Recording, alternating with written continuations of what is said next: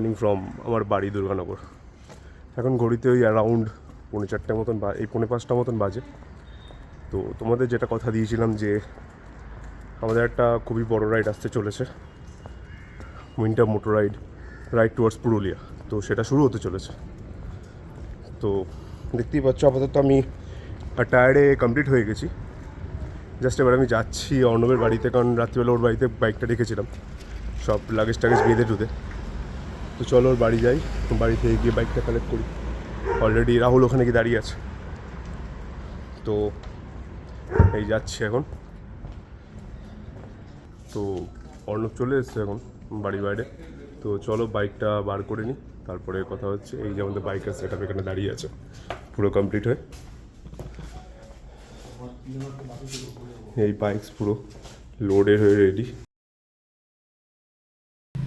তো বন্ধুরা এখন ঘড়িতে বাজে একদম 5:30। আমরা ঘর থেকে বেরোলাম।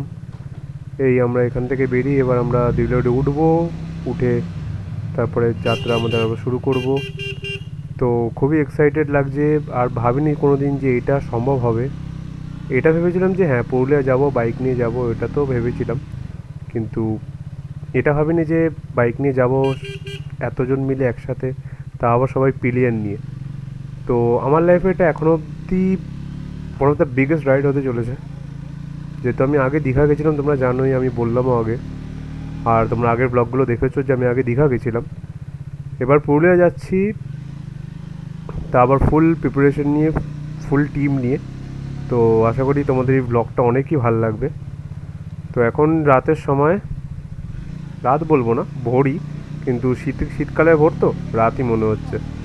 তো রাতের সময় এখন আমরা উঠছি দিল্লি রোডে। তো ভিজিবিলিটি খুব একটা ভালো নয়, কিন্তু থ্যাঙ্কস টু ট্রায়াম্পের হেডলাইটটা খুবই ভালো, মানে খুবই ভালো আমাকে লাইট দিচ্ছে। আর এর ফগ লাইটের কানেকশানটাও খুবই ভালো। তো চলো যাওয়া যাক। তো এখন আমরা ক্রস করছি দক্ষিণেশ্বর মন্দিরের এরিয়াটা, মানে বালি ব্রিজ। তো মা দেখো যাতে আমাদের রাইডটা খুবই ভালো হয়। আগেরবারও প্রে করেছিলাম, আর প্রেটা সফল হয়েছিল, আমাদের দীঘা রাইডে কোনো সমস্যা হয়নি। আশা করি এই রাইডেও আমাদের কোনো সমস্যা হবে না। আর বন্ধুরা, তোমরা আরেকটা জিনিস একটু লক্ষ্য করো, আমাকে জানিও যে আগের ভিডিওতে তোমরা আমাদের বলেছিলে যে আমার ভয়েসটা অনেক খারাপ আসছিলো, মানে ভয়েসে অনেক ক্র্যাকিং নয়েজ আসছিলো, অনেক কিছু আসছিলো। তো অনেক জোগাড় করে আমরা এই মাইক সেটআপটা ঠিক করেছি। তো তোমরা জানিও যে ভয়েস এফেক্টটা কেমন আসছে, ভয়েসগুলো কেমন শোনা যাচ্ছে, ভালো কি না, কারণ তোমাদের ফিডব্যাকটা সত্যি আমাদের কাছে খুব ম্যাটার করে। তো এই বালি ব্রিজ থেকে উঠে আমরা এখন যাচ্ছি মানে রাজচন্দ্রপুরের দিকে। ওইখান থেকে বেরিয়ে তারপরে NH2-তে আমরা জয়েন করব। আমরা এখন NH2-তে উঠে গেছি। তো NH2 মানে NH2 আমরা ভুল বলছি তোমাদের একটু, NH2 না, এটা আমরা উঠেছি হচ্ছে বোম্বে রোডে। তো এক্স্যাক্ট NH-টা মনে পড়ছে না যে কত নম্বর। NH2 তো দিল্লি রোড, পুরনো দিল্লি রোড। তো আমরা এখন যাচ্ছি বোম্বে রোড হয়ে, কারণ বোম্বে রোডে আমরা এখান থেকে যাবো প্রথমে হচ্ছে খড়গপুর থেকে ওইখান থেকে বাইপাস ধরে আমরা ওখান থেকে বড়াভূম হয়ে বড়বাজার হয়ে মাঠা হয়ে তারপরে যাবো হচ্ছে অযোধ্যা পাহাড়, যেখানে আমাদের রিসর্ট। তো এই জন্য এই রাস্তাটা একটু বেশি লেংদি, কিন্তু এই রাস্তাটা এই জন্যই চুজ করেছি যেহেতু এই রাস্তার কন্ডিশন খুব ভালো। আর অ্যাটাচটেজ আমার বাড়ি থেকে 200 কিলোমিটার ননস্টপ আমরা হাইওয়ে পেয়ে যাব, ওই জন্যই পেয়েছি।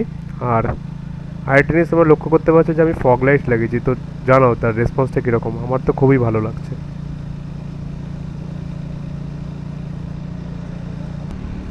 তো হ্যালো বন্ধুরা, অফিসিয়ালি সবাইকে গুড মর্নিং। যেহেতু সূর্যের আলো ফুটে গেছে ওই জন্য বলছি গুড মর্নিং।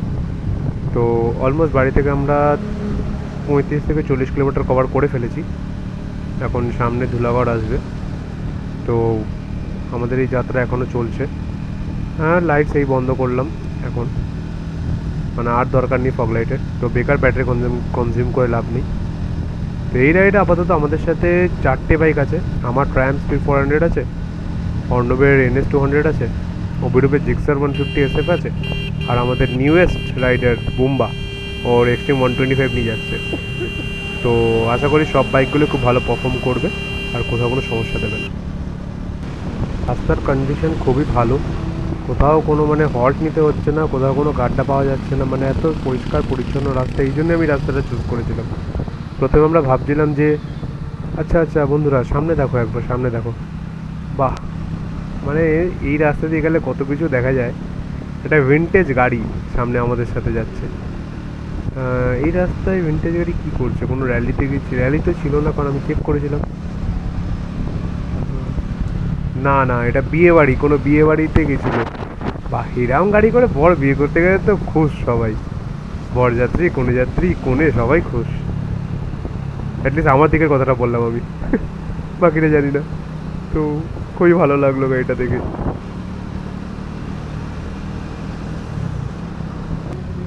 তো বন্ধুরা এখন মোটামুটি ভালোই সূর্য আলো হয়ে গেছে।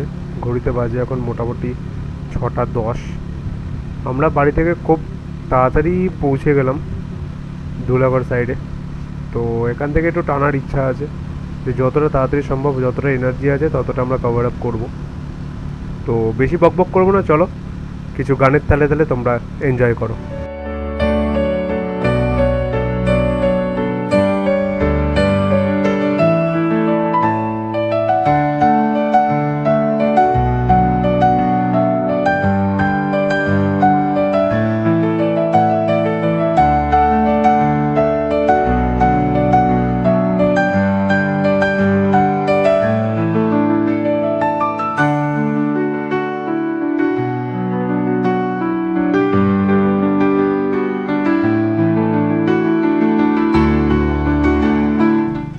তো বন্ধুরা গানের তালে তালে আমরা বেশ ভালো এনজয় করতে করতে চলে এলাম কোলাঘাট।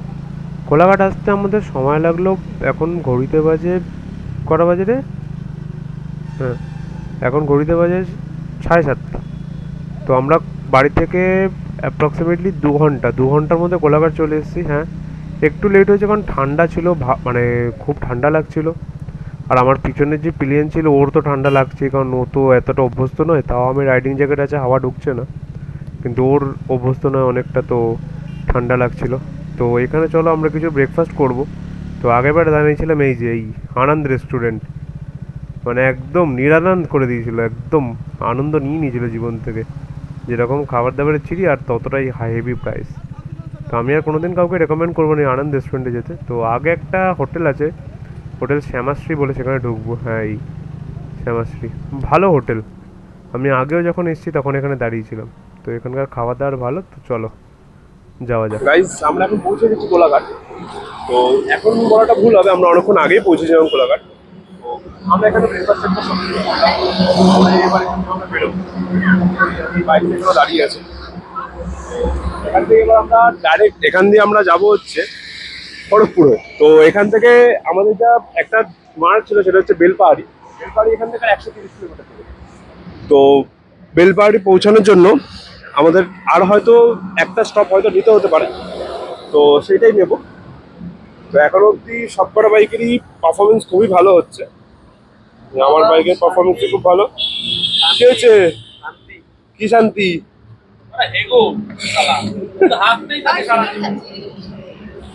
রাস্তায় বেরিয়ে পেট না কি আর এইটা বুম্বার বাইকের লাগেজও খুব ভালো, অভিরূপ লাগেজ নেই কিন্তু বাইকও খুব ভালো। হ্যাঁ, তার লাগেজ মারা হয়েছে খুব ভালো।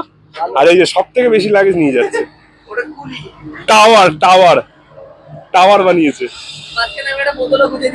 বোতল গুঁজে দিয়েছিস, আমি এখানে একটা ওয়ার্মার গুঁজেছি, আমার রেনকোট গুঁজেছি, অনেক কিছু আছে। সব থেকে বেশি বিয়ে হচ্ছে মানে এই টিকিট ব্যাগটা আর বাইকটা, এই দুটোই সব থেকে বেশি লোড ক্যারি করছে। ঠিক আছে, দুটো সব থেকে পাওয়ারফুল বাইক, সব থেকে বেশি লোড ক্যারি করছে। তো চলো তাহলে বাকিটা তোমাদের মোটর ব্লগিং সেটআপই দেখা হচ্ছে।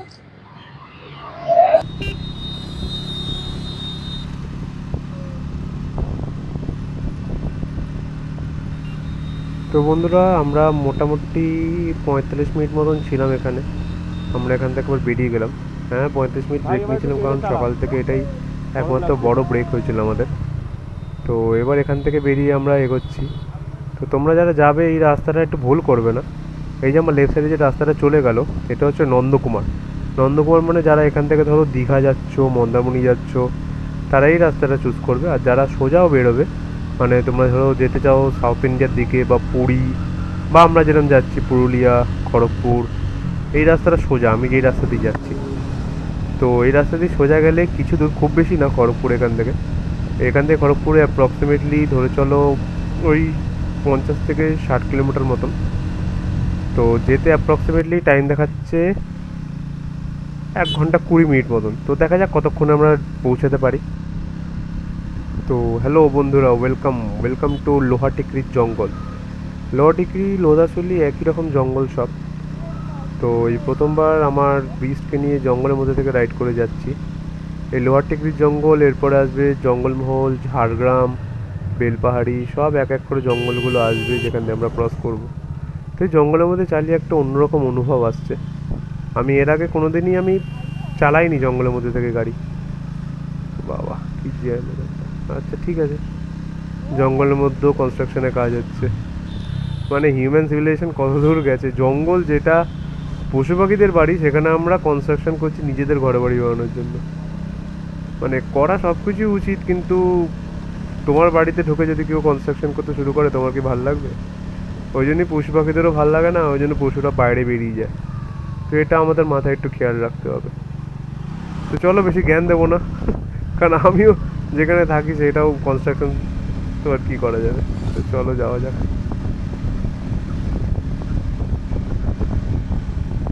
তো বন্ধুরা কি বলবো তোমাদের এই রাস্তার ব্যাপারে, তোমরা দেখো আর এনজয় করো, কি সুন্দর রাস্তা। তো এই রাস্তায় আমার এই খারাপ গলাটা তোমাদের আর শুনতে দেবো না। তো চলো এই রাস্তাটা এনজয় করো তোমরা, কিছু সুন্দর সিনেম্যাটিক্স আর সুন্দর কিছু সাউন্ড দিয়ে।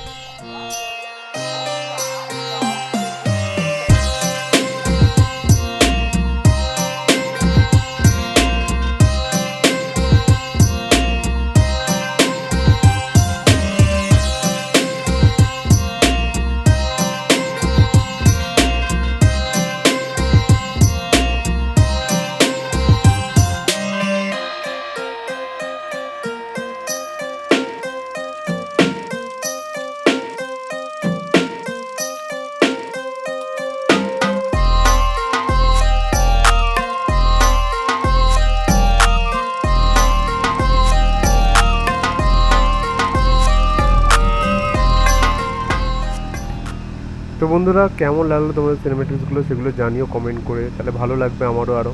তো আমরা যে জঙ্গলটা পেরিয়ে এলাম সেটা জঙ্গলমহলের জঙ্গল ছিল। এখন আমরা ঢুকেছি বেলপাহাড়ি এরিয়ায়, মানে ঝাড়গ্রাম ক্রস করে জঙ্গলমহল ক্রস করে এখন আমরা বেলপাহাড়ি এরিয়াতে ঢুকেছি। তো জঙ্গলগুলো দেখতে একই রকম, কিন্তু প্রতিটার আলাদা আলাদা রকম। তো এনএস ক্রস করে বেরোলো, আর এইগুলোই ভালো লাগে এই রাস্তায়, যে 4টে বাইক যাচ্ছে নিজেদের ফুল একদম পটেনশিয়ালে, ফুল ইয়েতে, আর আমার চ্যানেলের যে নাম সেটাতে ফুল থ্রটেলে। তো সুন্দর এরিয়া, মানে এত সুন্দর এরিয়াতে, মানে আমার শরীর খুব খারাপ ছিল মানে আসার আগে। ইভেন রাত্রিবেলা আমি প্যারাসিটামল ঘুমিয়েছিলাম যাতে আমি আসতে পারি। তো সকালের দিকে একটু ম্যাচ ম্যাচ করছিল গাটা, কিন্তু যখন এই জায়গাটায় ঢুকলাম, মানে দেখে একদম চোখ ভরে গেল, মন ভরে গেল, সব কিছু ভরে গেল। অসাধারণ অসাধারণ রাস্তা। এই রাস্তার মধ্যে যত না মানে ভয় লাগছে জোরে গাড়ি চালানো, তার থেকে বেশি ভয় লাগছে যে বন্য জন্তু জানোয়ার যদি বেরিয়ে আসে। তো এই রাস্তাতে যখনই তোমরা যাবে একটু খেয়াল রেখে চালাবে অবশ্যই। তোমাদের আমি অনেকক্ষণ ধরে বলে আসছি যে আমরা এই জঙ্গলমহল এরিয়াতে যাচ্ছি। তো এই যে আমি তোমাদের যে যে জায়গাগুলো বললাম, মানে বেলপাহাড়িয়া, ঝাড়গ্রাম, এই পুরোটাই কিন্তু জঙ্গলমহল এরিয়াতেই পড়ে। তো জঙ্গলমহল এরিয়া যারা জানো তারা জানো যে একটু ডিস্টার্ব এরিয়া, কিন্তু এখনও সেরকম কিছুই নেই। তাও জায়গায় জায়গায় নাকা চেকপোস্ট আছে, যাতে না কোনো প্রবলেম হয় বা কিছু হয়।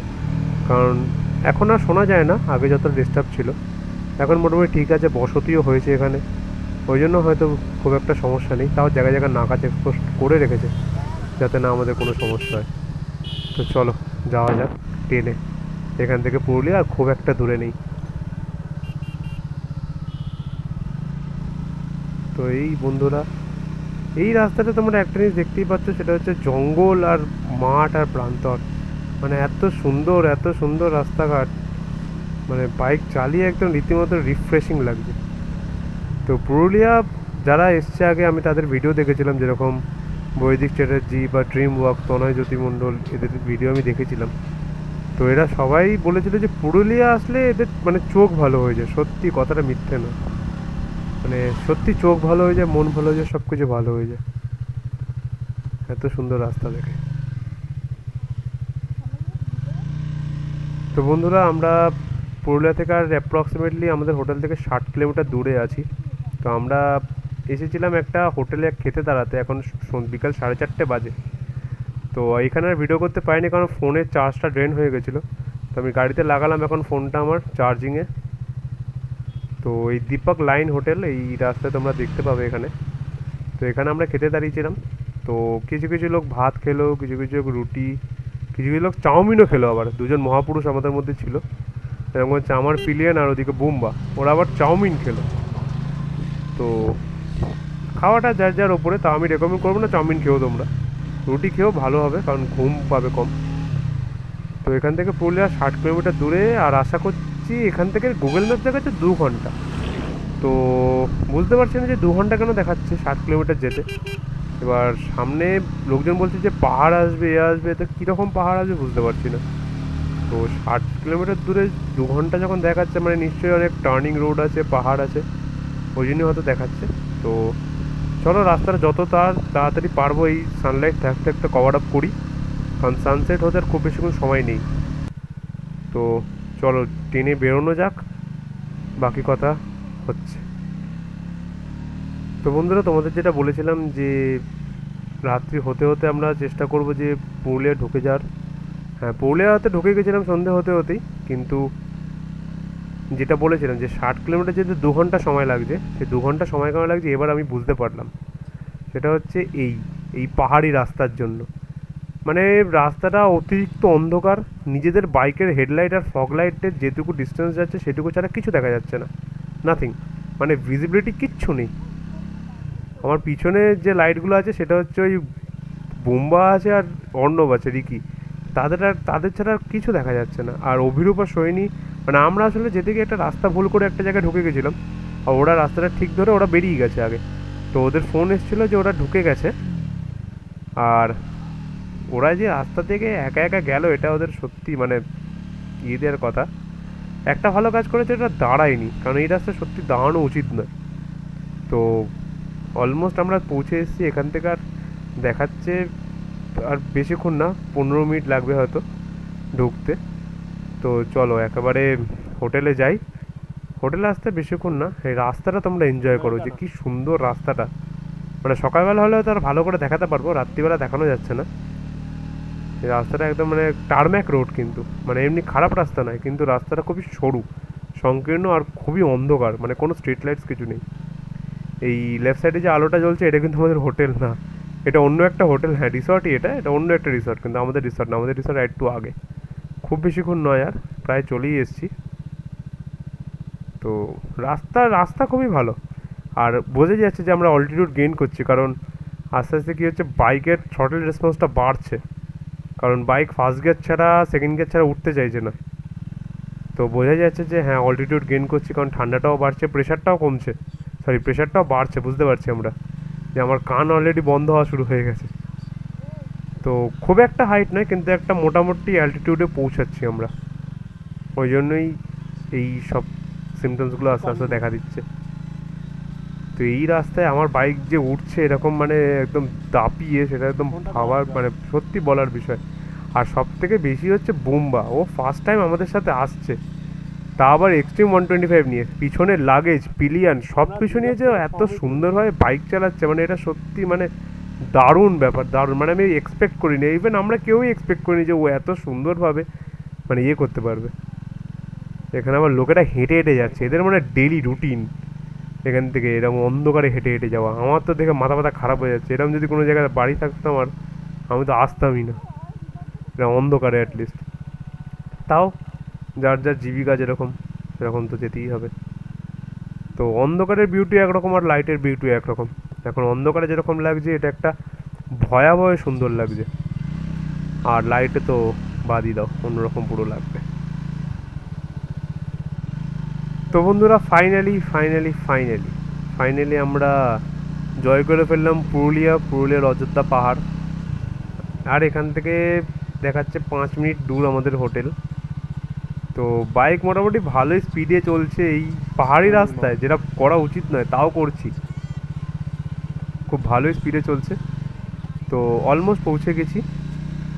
আর এখান থেকে কিছুটা দূরেই ওই দূরে যে ছোটো ছোটো যে আলোগুলো দেখা যাচ্ছে, তোমরা হয়তো ক্যামেরা অতটা বুঝতে পারছো না, খোলা চোখে দেখলে বুঝতে পারতে যে ছোট্ট আলো দেখা যাচ্ছে দূরে, ওটাই হচ্ছে আমাদের হোটেল। অভিরূপ অলরেডি ওখানে গিয়ে ফোন করে দিয়েছে যে পৌঁছে গেছি, ওর গেটে দাঁড়িয়ে আছে আমাদের রিসিভ করার জন্য, যাতে আমরা মিস করে না চলে যাই। তো ওই জন্যই রাস্তাটা খুবই মানে ভয়ঙ্কর, কিন্তু খুবই সুন্দর রাস্তাটা। মানে কোথাও গাড্ডাগুড্ডি নেই, কিন্তু ভয় লাগে, কিন্তু ভালোও লাগলো খুব রাস্তাটা থেকে। তো এবার হয়তো তোমাদের ক্যামেরা আস্তে আস্তে ভিজিবল হচ্ছে ছোটো ছোটো লাইটসগুলো, ওই লাইটসগুলোই হচ্ছে আমাদের রিসর্ট নির্জনে। তো এই রিসর্ট নির্জনে কি ভুল বললাম, আমরা এটা হচ্ছে রিসর্ট অতিথি। রিসর্ট নির্জনে হচ্ছে এদেরই হোটেল, এটা হচ্ছে নিচে ফুট হিলসে, আর আমরা যাচ্ছি টপ মানে হিল টপে। তো এই আমাদের হোটেল অতিথি রিসর্ট। এই যে অভিরূপ দাঁড়িয়ে আছে। হ্যাঁ, এই আমরা ঢুকি, বাইকটা রাখি।